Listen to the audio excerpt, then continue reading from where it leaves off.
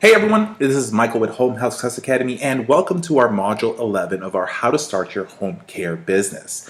In previous modules, we talked about how to be able to start your agency, from licensing, insurances that you need to be able to start it, whether you want to be able to bootstrap it and start up your agency at a low cost, or spend higher amount of money to be able to make a decision for your agency. So whether you want to be able to do a home-based business, open up an office at a office building, or franchise your company. So either or, we shared with you guys the do's and don'ts, as well as the pros and cons of choosing which type of agency you want to be able to open.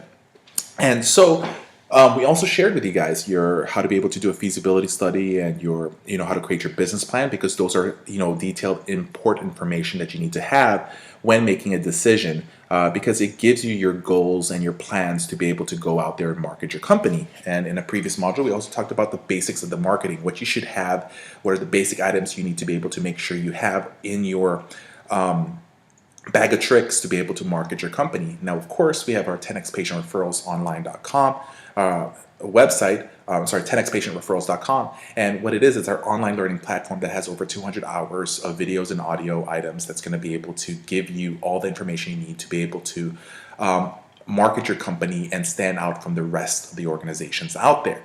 In this module, we're going to talk about preparation activities. These are the preparation activities that you need to start and do once you actually have your license and once you're ready to actually go out there and market your company.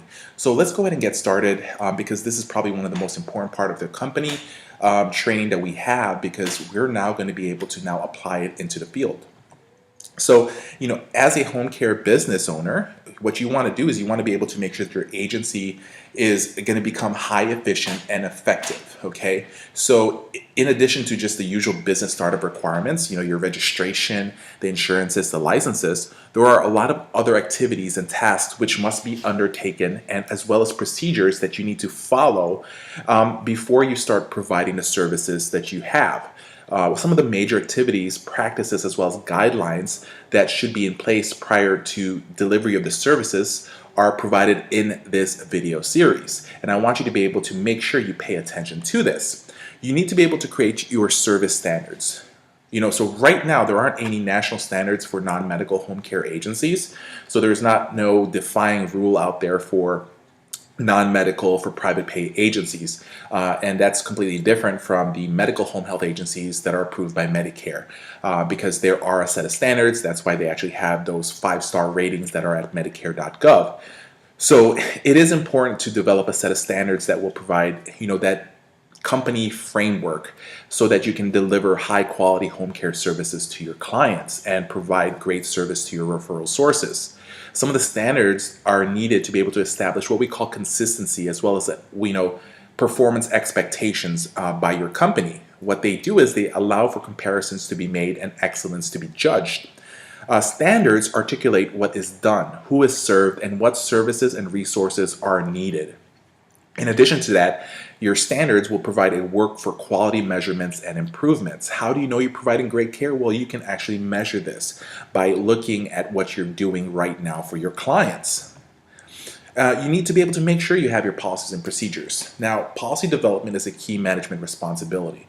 Policies state what must be done to achieve the standards, and procedures provide the technical description for how staff are supposed to carry out the policy. Usually procedures are drafted after the policies had been developed. All policies and procedures should be approved by management before they are put into practice. So some states don't even require that you guys have policies and procedures, but you have to create policies and procedures to be able to say, hey, team, this is what you need to do at this type of situation. If you have an admission, this is what you need to do. If you have a problem with a client's family member, this is what you need to do. So if you don't have policies and procedures, what you can do is you can purchase policies and procedures elsewhere and make sure you review them and also approve them if you don't want to create it yourself. If you need policies and procedures, that's something that we can actually provide you. We do have a set of policy and procedures out there that you guys can purchase with us, or you can go out to other companies and purchase them yourselves as well. So once you approve the policies and procedures, it is recommended that the policies and procedures be organized and kept together in a 3-ring binder. Now, what we have done is we also have our policies and procedures set up with PDF files so that our team can actually view the policies and procedures online when they need to. So we make sure that they have access to that. What we're actually doing right now is we are transferring our policy and procedures into a video format to make it a lot easier to be consumed by our staff members. And so that's something that maybe you want to be able to do. But if you want our policies and procedures that we have, we can definitely give that to you guys, and just contact us, and that's no problem at all. And we can send that to you guys in a PDF format. If you guys want us to print it out for you, we can also do that at a small amount of sum. But either or, you can either go through us or through other companies out there. But the most important thing is this, is that once you have these policies and procedures, you have to make sure you go through them as a team. If you're just yourself in the office, make sure you review them so that it actually is an approved thing that you want to be developed for your team out there. So policies and procedures are important. You have your in-service orientations that should be held for staff to inform them about the policies and procedures. Typically, you want them to be able to review the policies and procedures when you are onboarding them, when they're starting to work for your company. So let's say, for example, when you have worked previously at other companies, I'm sure that when you got hired, they made you go through the policies and procedures. Now, here's the biggest problems with most organizations, is that they say, hey, these are our policies and procedures. Yes, it's a thick binder. I want you to sign this one piece of paper right here saying that you understand and agree to all those policies and procedures.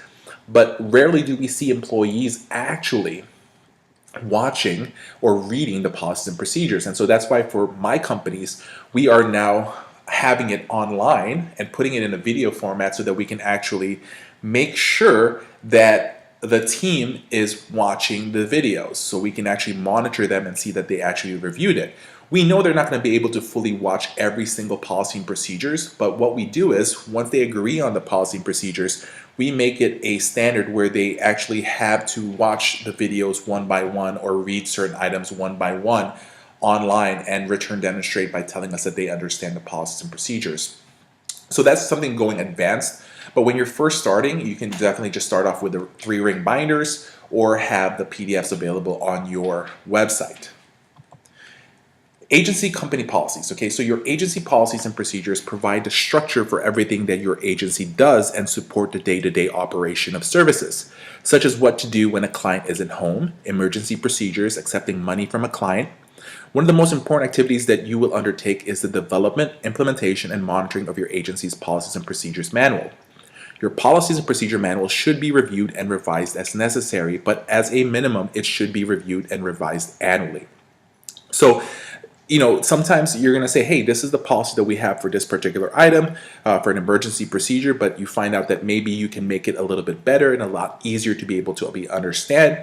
So then what you can do is, if you are going to change any rules in your organization, when you do that, you must put that in your policies and procedures. You must go through to your policy and procedure and adjust that and fix that right away, so that anybody that comes in later on can understand what's the new policy and procedures that was set forth.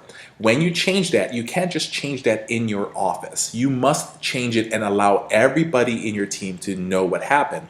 So this is when we change some of our policies and procedures, what we do is we do a group text, a group email to all of our staff out in the field, because a lot of them are rarely able to go back into the office to read the new policies and procedures.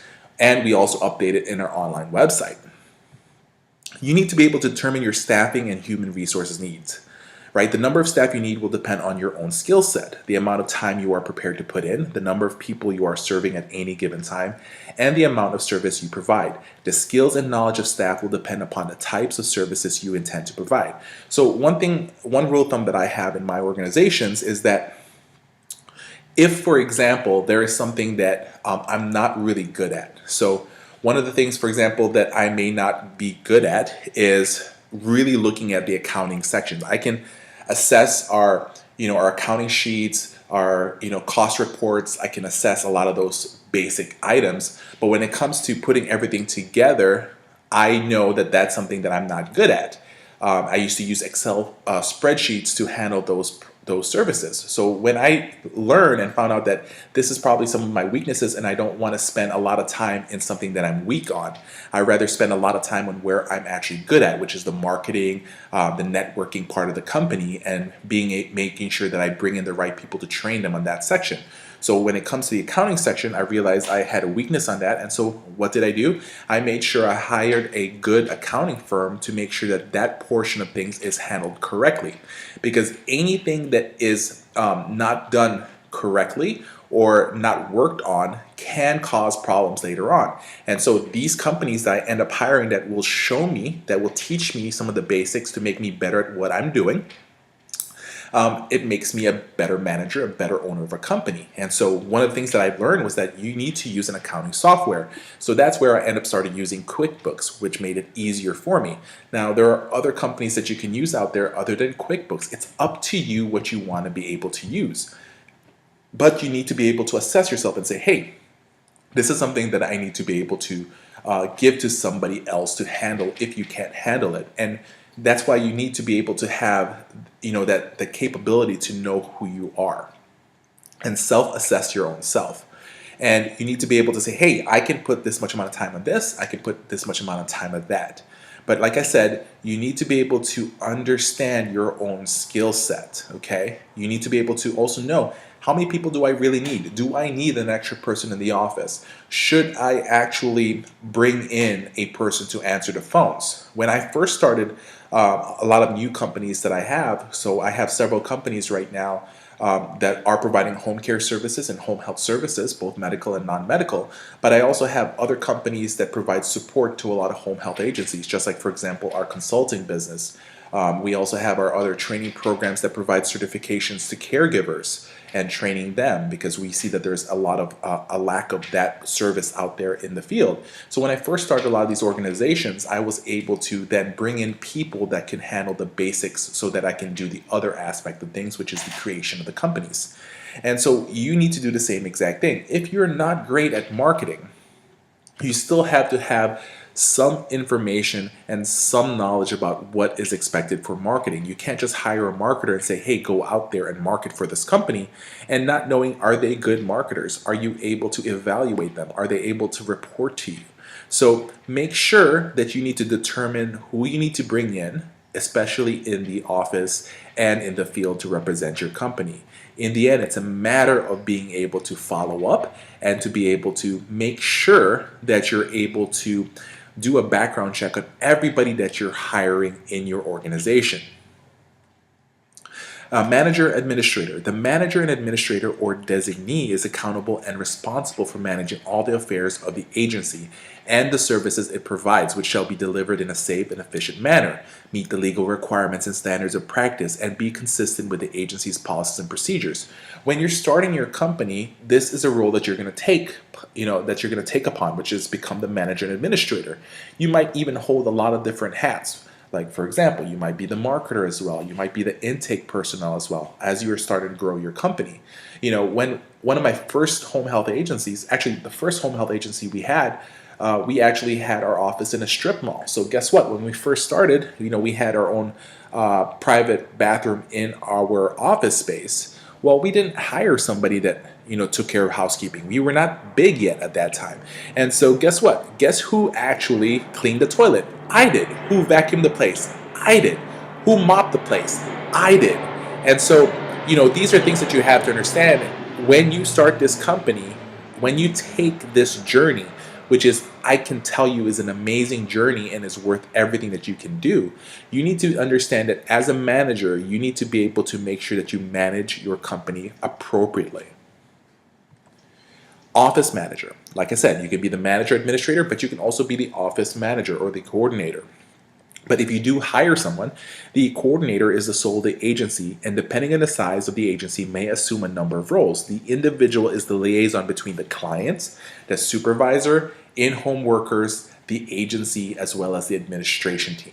The image projected through telephone communication or person-to-person contact is crucial to the success of your business. I want to give you guys a challenge. I want you to pick 15 home care companies in your area, and I want you to give them a cold call. Just give them a call, and you know what? When they pick up, you can go ahead and say wrong number and hang up, okay? But I want you to pay attention on how they answer the phone. I've called agencies out there, and all of a sudden you have an owner's husband answering the call and don't even know how to answer it correctly. They just say hello, okay? And that is the wrong thing to do. when you're answering the phone. Your team needs to be trained on using the phones. The telephone is one of the most important skills that you need to be able to understand and perfect.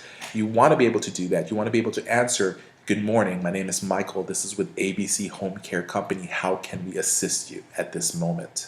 And then when the person answers, how do you actually get the information from them? So your team needs to be also trained how to be asking the right questions for the person. If it's an inquiry about your services, you don't tell them, "Hey, just let you know the person who's in charge of that is not here at this moment. Can I take a number and I have them call you back?" No. If your manager, office manager, answers the phone, they should know the basic answer and questions that they need to be able to make when somebody calls for an inquiry. Whoever your secretary is, they must be able to train and learn how to be able to do that. Even if your family, if you want to bring in your family into your company, they also must be trained to do that. And if they are not, they should not be even allowed to answer the phone at all. Supervisor, as you start getting bigger, you are going to start getting more people in the office as much as possible. The supervisor will perform the initial in-home interview to determine the needs and requests of the clients.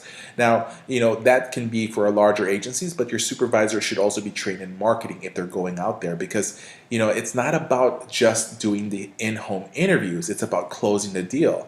I know a lot of people that does great presentation, that does the basic interview, but they cannot close a deal and get that person to commit to use your services. The supervisor will provide supervision to home care assistants to ensure they are, competently carrying out their duties based upon the level of risk of the position and the specific needs of the clients. It ensures the specific needs of clients are effectively and efficiently met, and they also have to conduct performance appraisals and other staffing actions on home care assistants. You need to be able to develop a job description. If you don't have job descriptions set forth for your caregivers, your HCAs, your supervisors, your managers, let us know. That's part of our policy procedure handbook that we give out to a lot of our clients. We already have the set job descriptions that they need to have, and you can add more to those as well as you want. Once you have determined the staff you will require, you will need to develop a job. A job description will help you and your employees understand what is expected of the employee. It should be easily understood by those who read it, clear and current. You need to be able to gather job descriptions from other agencies and review them to see what elements are appropriate and adapt them as necessary. So if you can't find a job description and you don't want to, try to go through us to give you guys all those information, guess what? The internet is an amazing thing. There's this website called google.com. Google, right? So Google job descriptions for personal care assistants. You'll find it online, guaranteed. Recruiting home care assistants. This right here is one of the most important things for you guys, is being able to recruit the right home care assistants, being able to keep them in your organization and not lose them to other companies. There's such an amazing amount of turnover for home care assistants all over the US, which is which baffles me. Okay, so a really good recruitment and orientation process for staff ensures that competent and qualified staff are hired and that you can deliver high quality services to your clients. Choosing right people is crucial. It's crucial and critical to the success of your business. Your recruitment and selection process must meet the requirements. Equal employment opportunity laws, prohibit specific types of job discrimination, and you should know those laws as well. I've said in the previous videos, you can actually buy posters, laminated posters that have all the state requirements, all the federal requirements that you can post in your office, and actually most states require that you have this posted and visible for any employee. What is an effective recruitment? Effective recruitment, selection, training, and retention of home care assistants is essential if you are to deliver high quality service. That's why our other company that we have is Caregiver Certification Online, where we can actually provide 10 hours worth of training from audio, video, as well as a return demonstration through testing online. And once they finish the course, they get a certification from us. And what that does is allows us to be able to provide training for them, allows our home care assistants to know what are the basics that is required of them when they go out there in the field. The recruitment and selection process involves gathering information about the job and about people. You want to ensure that staff who have the appropriate skills and personal qualities are recruited. Just because a person went through a certified nursing assistant course, that doesn't mean that they're going to be great at working for your organization. It's not about certification. It's not about licenses that they have. It's about, are they a good person, and can you actually start programs where you can actually do your interview process correctly, where you can start weeding out the bad ones, and at the same time is giving an opportunity for people that wants to actually be in this business. The staff should be selected with careful thought to the tasks that they must perform and the clients they will serve. The safety and security of your clients should be upheld by careful selection, orientation, and training procedures. That's why background checks are so important. It's just the basic of items. If you have a caregiver saying that, you know what, I don't want you to do a background check, well, guess what? Then I don't want to hire you. Okay? You have to understand, you need to think about the safety. One bad seed in your organization can create an amazing ripple effect for your company, and you need to make sure that you pay attention to that. Attracting candidates to your agency. That is a $1,000,000 question for a lot of agencies because they have a lot of problems attracting the right candidates. Reaching and attracting a pool of candidates involves determining where they can be found and how they can be best attracted to work for you. You will want to have a diversity of assistants to reflect the diversity of the senior population. In order to attract the best candidates, you should market your job openings well. There are a number of ways to attract a pool of suitable candidates to fill any job openings, okay? So how do you do that? Well, one of my favorite places is social media. Another thing is using SEO in Google. I also like using a lot of the jobs apps out there, like for example, jobs.com. Definitely use indeed.com as a great place to go to as well. I've also found a lot of great caregivers through Craigslist before. I don't use Craigslist as much to post jobs. I try to stick around Facebook marketing, social media marketing, such as in Instagram, and I also go after Indeed and jobs.com as a good place for me to be able to go after. There's another website called ZipRecruiter. It's another good place to be able to go get information and get candidates to work for your company. So how do you assess your candidates? Collect as much information as you can about your candidates. This will allow you to make an informed and objective decision about which candidates are best suited for the job. This is where your interview is important. This is where you can actually do a lot of tests for them. Put them into a question and answer portion. Put them into a live question and answer portion as well, right? Where you can actually ask the questions that you want them to be able to do. Some agencies nowadays are doing what we call personality profiles. And so there's a lot of companies that can provide this service. And you can make a determination by somebody answering questions through personality profiles to see if they may be a good fit to work for your organizations. You need to be able to screen and shortlist, right? The first step is to assessing candidates involves screening and shortlisting, right? So typically when we put an advertising out there for a marketing hiring blitz for caregivers, we may start off with about 100 applicants, but then eventually we'll weed it out to about 20 later on, and then we'll rinse and repeat and do that all over again. The reason for that is we want to be able to start analyzing them and bring them down slowly. Now, you cannot discriminate somebody because of their race, because of their religion, their sexual orientation, and so many other informations out there. But that does not mean that you cannot screen them correctly by doing personality profiles, asking questions in regards to situational aspects. Like I would ask them questions like, in the past when you faced with a problem, how did you handle it? And I will try to see how they respond to those problems, and I'll make them give me an example to take it from there, because I want them to be able to problem solve if anything happens, because they're out there in the field. They don't have a supervisor with them 24/7 when they're providing care for clients. And so they need to be able to, handle certain problems that comes up right away until they can reach the proper management team in the office. So you need to be able to assess the candidates and shortlist them and go from there. And how do you do that? Through telephone, through resumes, and through an application process and an interview process as well. So once you're interviewing somebody, once you have that short list of candidates you are interested in, you can move on to the assessment phase and proceed with scheduling interviews. Interviewing potential employees is time well spent in the hiring process, since interviewing gives you an opportunity to assess the candidate's suitability for the position, the potential employee, and an opportunity to learn a little bit about the agency and you. One of my biggest questions that I ask a lot of applicants is this: why would you want to work for my company? That's one question that we always ask in the beginning. The next question we always ask is, tell me, why did you decide to become a caregiver? or tell me why you decided to apply for a job here in our organization to provide care for senior citizens. These are questions that you have to ask, because if they can't even answer that questions, why are they wanting to get that position? Right? So you need to be able to ask these questions from them and see, hey, can they actually answer these questions the way I want them to answer it? And then go from there. Another big problem with a lot of companies is that they're willing to hire everybody, but they're not willing to fire everybody. I don't mind hiring somebody once I put them through the process, but if they are not fit for the company, if we see any problems or any negativity, we never keep somebody who's a negative person in the company, because those are the people that's going to eventually cause problems for your organizations, for your patients, for your clients, for your referral sources, and it just adds an extra headache for your organization. So you want to be able to make sure you get rid of them as fast as possible. Select home care assistance. Selection consists of using all the information you have collected about a candidate to make a final decision. You will have had collected a lot of information about the candidate from their job application form or their resume and their answers to your questions during the interview process.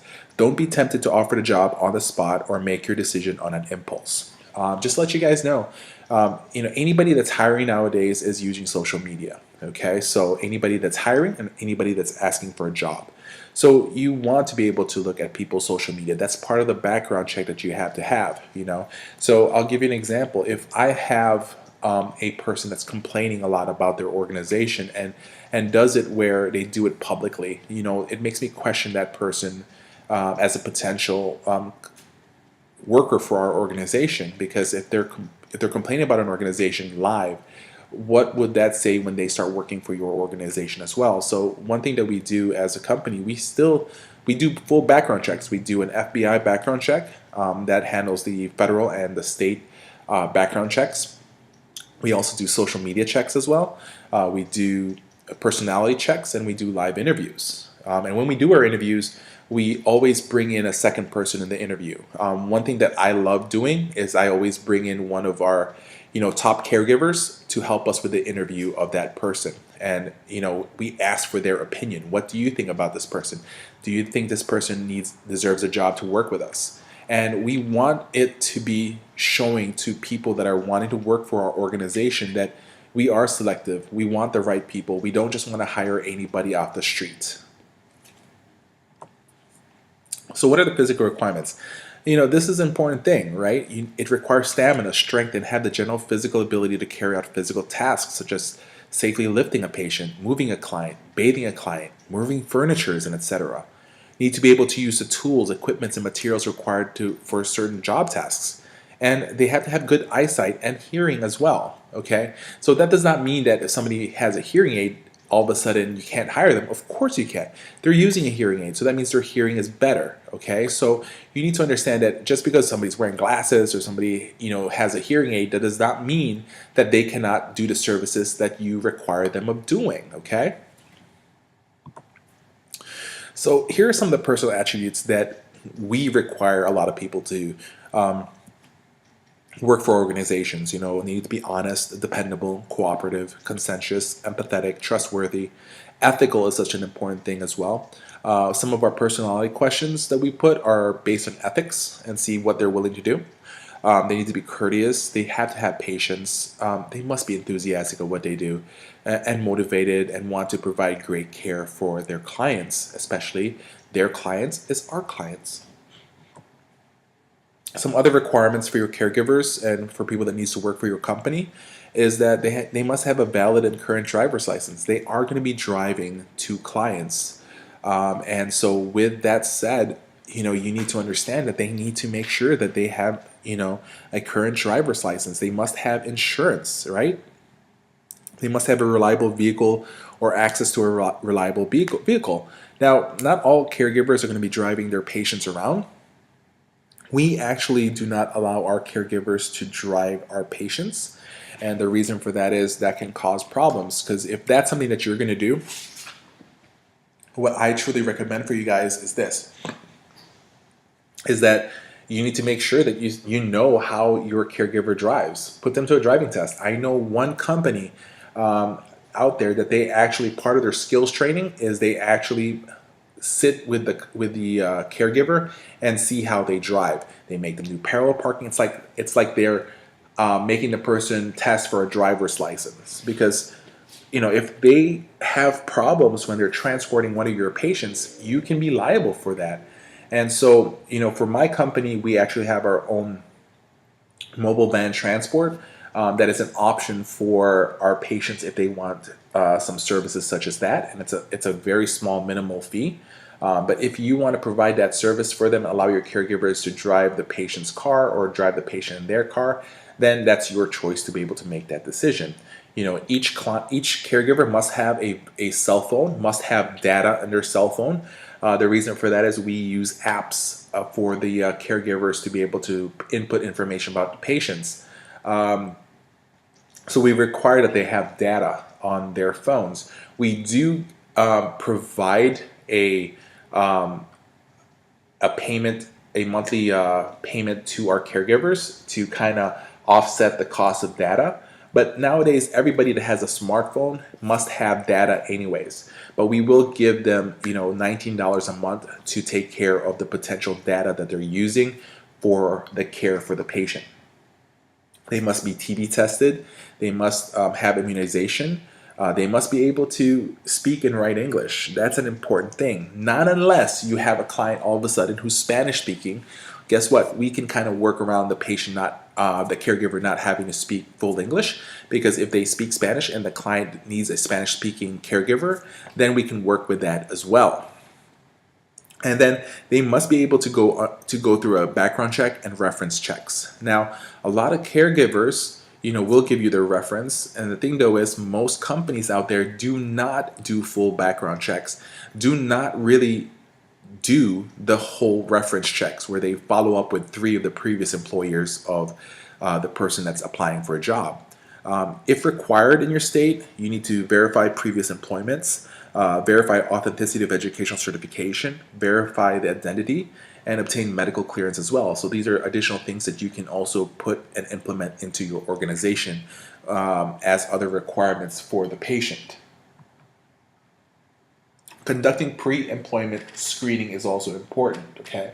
This is something that you need to be able to make sure that you do. So pre-employment screening should be, and sometimes is mandatory, conducted as part of the hiring process to avoid lawsuits and costly hiring mistakes. Its purpose is to ensure that a candidate's qualification and backgrounds are verified and acceptable.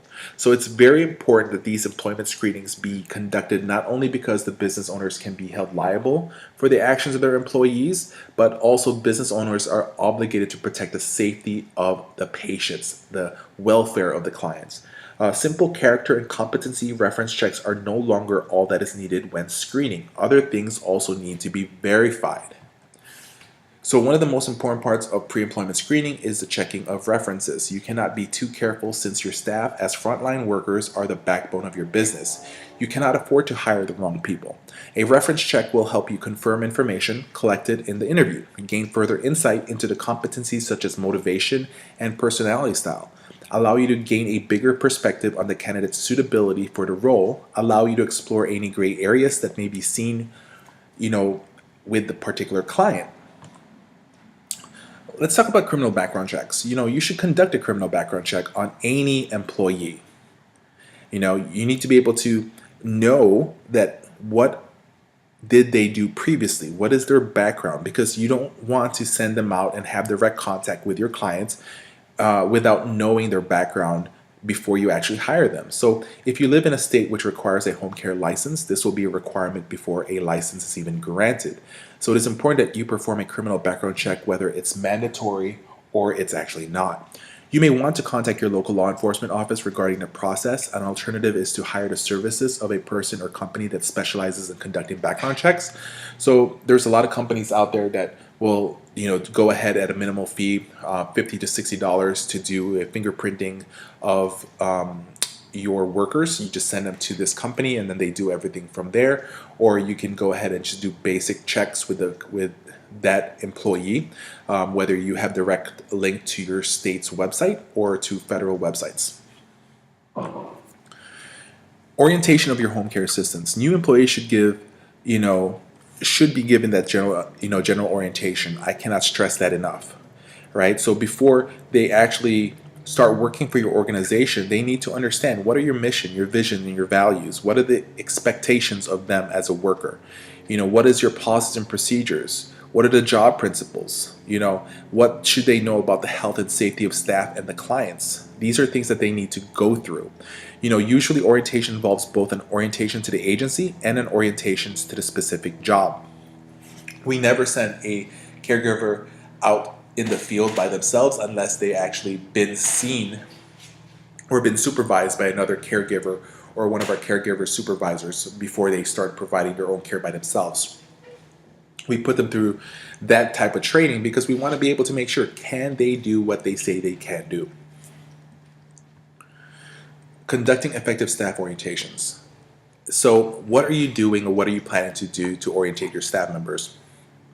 Like I said in previous videos, for us WISE, we have an online learning platform that we make our caregivers go through so that they can actually learn what they need to do with a return demonstration by taking a test at the end of the training. So you need to be able to have an effective orientation process. You need to be able to provide relevant material available to them in advance of the formal sessions, prepare an outline of the agency's organization, promote a team spirit among new employees. You need to be able to share the agency's goals with them, discover their individual goals, and put them at ease and interact with them on breaks. So how do you determine wage payable? So your frontline home care assistants are the most important resource you have, and they should be paid accordingly. So good home care assistants are worth their weight in gold, and consequently you should know your appreciation by offering them a decent wage. When determining what wage to pay, you as an employer are obligated to at least meet the minimum wage in most cases.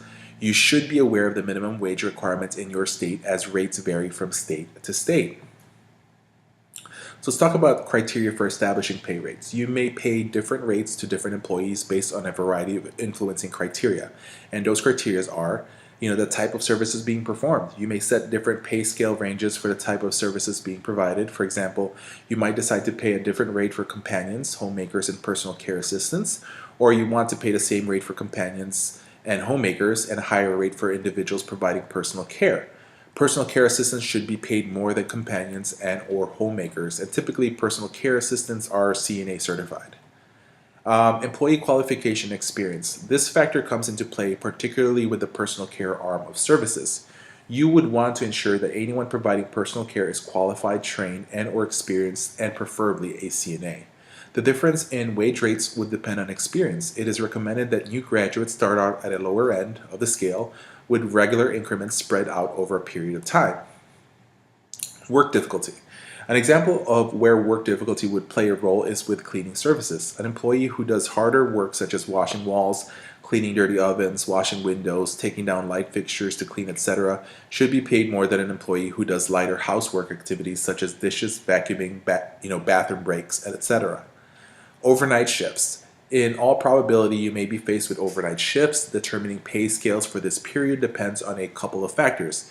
Is the overnight attendant providing sitter services only? Example, the attendant is there only to watch over the client but does not have any hands-on work to do other than something light such as being a steady force while the client is walking. So let's say you have your dementia patients and somebody just needs to be there to watch the client just in case that they try to leave the house. And the family just wants somebody to be there while they're sleeping as well as an assisting to them. So when you talk about negotiating wages, certain candidates, employees will tell you outright what they expect to receive in wages. Some may be willing to negotiate while others will stick to their demands. When considering if you agree to the candidate's employee request, take into consideration that person's suitability, expertise, and value to you. You may have other equally capable and reliable employees who would agree to your proposed wage scale, your profit margin, and whether the charge out rate needs to be increased. The degree of task difficulty, sometimes you may get a client with heavy and demanding needs. What we typically have is we actually have a graph that's already set that tells us this is how much our starting rate is going to be for somebody that has an experience between 1 to 3 years, somebody that has 3 to 5 years, and somebody that has that greater than 5 years. So that's going to be our starting rate for them at our facility. Our base rate is typically set up where we have additional bonuses and increases depending on overnight shifts and if they're working in the weekends. so we can actually provide those services for them and those additional costs for them. And so that's how we arrange our system. Now you yourself, you can create your own system. Some home care companies just has one rate all the way throughout, right? So that there's no confusion. And the reason for that is because if the person that they hired a HCA is a CNA, for example, providing personal care, but then all of a sudden that client goes back to the hospital, let's say, or goes somewhere else or moves somewhere to another state, and then all of a sudden when we have a new client, that person just needs companion care. But we don't want to lose that good caregiver that we already train and we put our effort in and we spend some money with their education. We want to be able to make sure we keep them on board. So you can't all of a sudden say, I'm paying you $13 an hour as a personal caregiver, and then all of a sudden, because you lost the client went out to a hospital or moved somewhere else, now we're going to put you in a companion care type of a client. All of a sudden, I'm paying you less than that. So you can't do those changes, and you need to be able to be aware about those different services that you have. So you have to kind of make sure that you put your rates somewhere in the middle to be able to offset certain things and then increase if you need to, but you can never decrease later on. Respect privacy of information. During the recruitment and selection process, a lot of personal information is obtained from job applicants. This information needs to be protected and treated with the utmost confidentiality. The person who the information is about is entitled to have any information about him or her kept private, regardless of who provides the information. Protecting the privacy of information involves being candid with the individual about their personal information is collected and how it is to be used. So let me give you guys a basic suggestion. When we have our applications out there, we never ask a person's age. We never ask a person's if they are the person's nationality. We never ask that. We never ask if they're married. We never ask if they have children. We stay away from all of those items when we are predetermining a potential client. Okay, those questions will be asked later on, except for the marriage and kids. But if they're going to get hired, we need to find out if they actually what their nationality is and what their date of birth is. Those are two things that we need to have in file. And the reason for that is because we need to know, hey, if you are Spanish speaking, if you speak Polish, if you speak Russian, if you speak Korean, if you speak Chinese, if you speak Tagalog, whatever it is, we need to be able to have that on file because that can help us provide more care for other clients out there. And so those are the basic things that we kind of work around with to be able to provide the right care. But you want to be able to respect the privacy of a lot of people, and those are one things that we kind of put in place to make sure we don't ask those type of questions. Follow payroll obligations. So as an employer, you have certain responsibilities and obligations which needs to be addressed. Forms must be filled, payroll taxes must be withheld and submitted, and employees' compensation payments must be submitted. Additionally, there is specific information that you need to obtain for your records and forms that you must complete. You must verify that each new employee is legally eligible to work in the United States. You need to be able to develop client forms and records, develop the necessary client forms and service tools before delivering any home care services. This is particularly important when personal care services is provided. These particular items we can actually provide for you guys with our policy and procedure manuals purchase. You can also purchase these forms outside with other companies. That's available. Another thing also is for these type of forms, it is available also if you're using any particular CRM system, customer relation management systems that are out there, especially that are based on home care services, so that when you have these forms online in their phones, in their tablets, in their computers, it makes it a lot easier for submission. You don't have to wait for them to fill it out and then give it to you guys manually. It saves you guys a lot of time. Plus, also, you want to stay in a paperless system rather than a paper-based system, in all honesty, nowadays. So these forms that are created, that either you create or that you use through these CRM systems, will provide guidance and support to the home care assistant so that they can carry out their assignments correctly. They're able to document necessary information about each client and their needs, and they will serve as a source of information for monitoring and reporting. You need to become knowledgeable about the basic legalities. While ethics revolve around what a person should or should not do, legalities are very definite in what can and can't be done. Legalities, also known as laws, legislations, and regulations, are rules made and enforced by a governing party such as a local, state, or even federal government. The best way to minimize legal implications is to be aware of their basic concepts and to adhere to established laws. Individual behavior and actions should conform to the legislated criteria. A lot of companies do have problems with this when they don't actually pay attention and know the basics of the laws. Yes, larger companies have an HR director that actually went to school and know these systems. But if you're starting off as a new company, you yourself must be aware of the basics of the laws around you, whether it's state, local, or even federal. Hey everyone, it's Michael here at Home Health Success Academy, and I just want to say thank you for joining us on this quick video. My intentions for today is to be able to get you guys to start using our online marketing university. The intention here is to be able to have you guys make sense of why joining our online learning platform is what's going to be able to create success for your agency. Okay, and we want to be able to give you all information that you need to create success.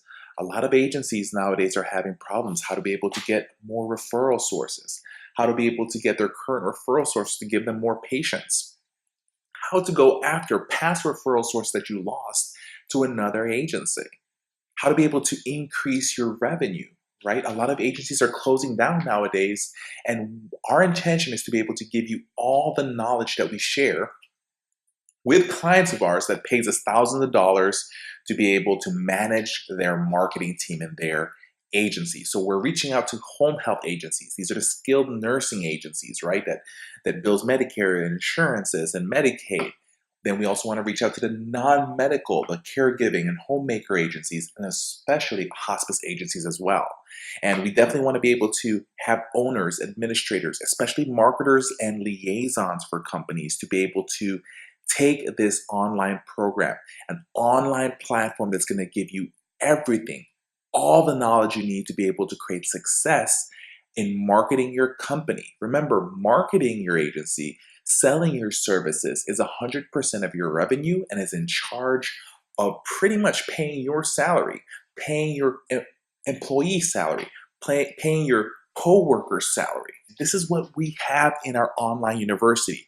We're showing you how to be able to create your target market, how to be able to look out into the area that you're in, figure out who are the right targets you need to be able to hit, who are the ones you should be visiting, who should you be following up with. We're going to show you how to create a sales process. If you are a company that does not have a sales process, that does not understand a business cycle, this video is important for you, right? When you guys admit patients in your company, you guys have an admission process, right? And if somebody skips something, if somebody shortcuts something, things may fall through. Same exact thing when you're marketing your company. You can't just go out there and think things are going to happen naturally. Okay, so we're going to show you how to do the sales process, how to do your presentation properly. What are the mistakes that you're going to be facing, right? Because we all make mistakes, but guess what? We've made mistakes ourselves, right? For me, for example, I made a lot of mistakes in marketing, but I figured out how to be able to handle that so that I don't do it again. Or if it does come up, how can I actually solve it faster? How to handle objections. You guys heard it all. We don't have time to meet with you.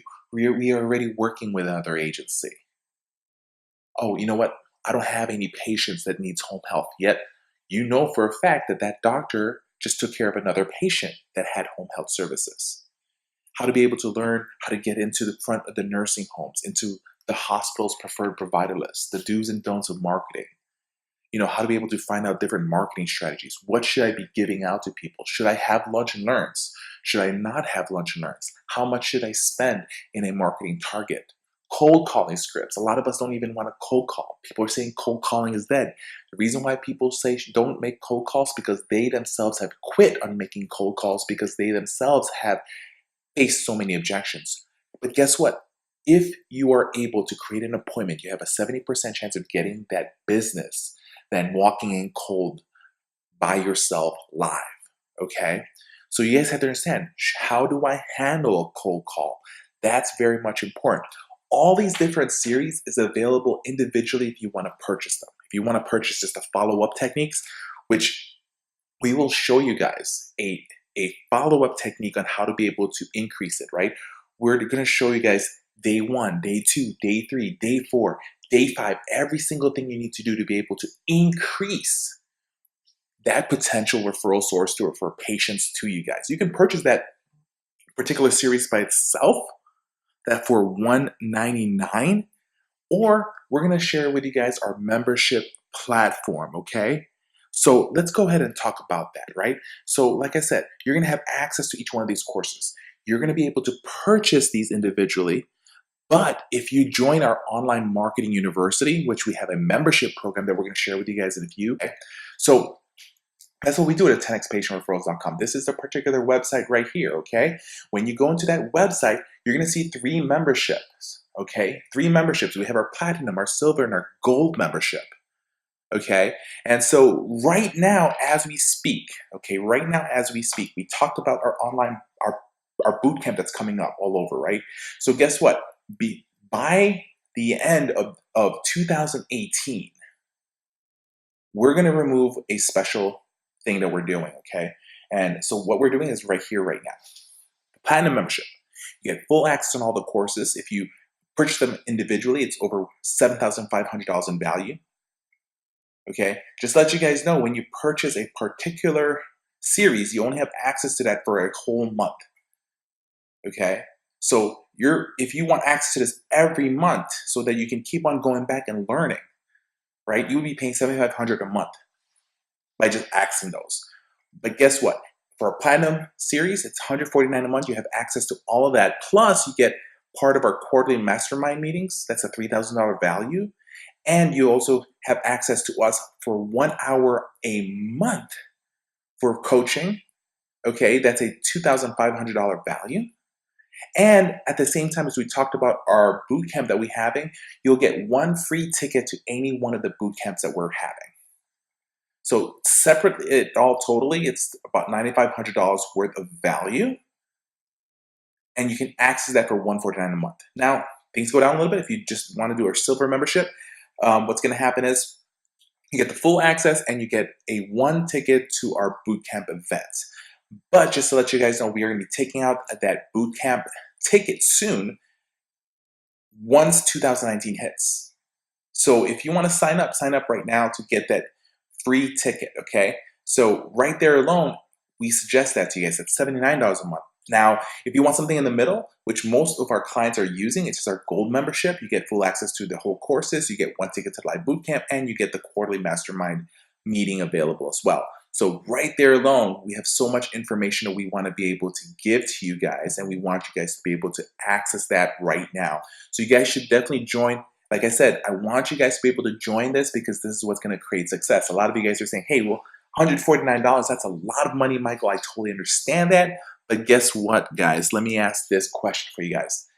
If I can show you, and with the techniques I give you guys, and you guys just get 1 patient by learning the tips, tricks, and techniques, 1 patient in a whole year, if you are a skilled nursing home health agency, how much is 1 patient? That's about $3,000 to $4,000 that you're going to get as, from Medicare, from the insurances, depending on the billing.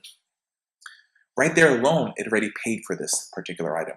But our goal is not to get you 1 patient. Our goal is to be able to double your referral sources, to increase it, to increase your patient census. That's what our main goal here for you guys is, to be able to learn how to be able to handle gatekeepers, how to get the appointments, how to present correctly, how to get physicians to start referring patients to you, to get these social workers to start using your agency.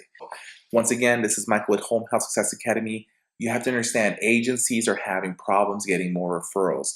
A lot of larger agencies are expanding, opening up their own non-medical, adding hospice to them. So this is a cutthroat industry we're in right now, and then the person that actually educates themselves and learns how to succeed is our one that's going to be able to succeed and beat the other competitions. And if you don't join this, guess what? Your competition is joining this. If you don't attend the boot camp, guess what? People around your area is going to be attending the boot camps that we're having.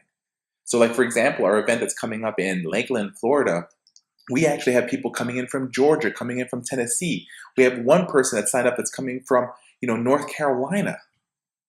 So what we're trying to do is we're trying to create these events to be able to create success for you guys. So make sure you guys sign up, whether you're an online learning platform or attending our bootcamp, either or, you should take this. This is amazing information that you guys should actually have your company. If you have any questions, contact us 630-340-8990. Email us info@homehousesuccessacademy.com. But all the information is in our website, homehousesuccessacademy.com. Our online learning platform is 10xpatientreferrals.com. If you have any questions, always know that home health is easy.